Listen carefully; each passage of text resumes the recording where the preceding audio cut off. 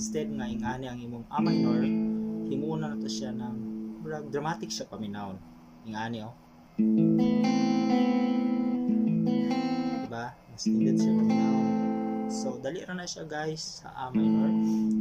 Mo lang pangitaon ang root note. So A minor man ta, so ang root note ani is A.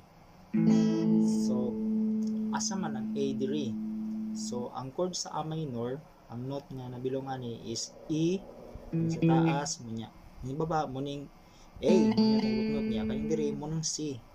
So ang atong isbugo na guys, kanirang root note, kaning A, isbug na to na siya og 2 ka fret. So laktaw tag isa ka fret, 3. Kani ato root note katong A, ibalhin na to diri. So mahimo na siyang B.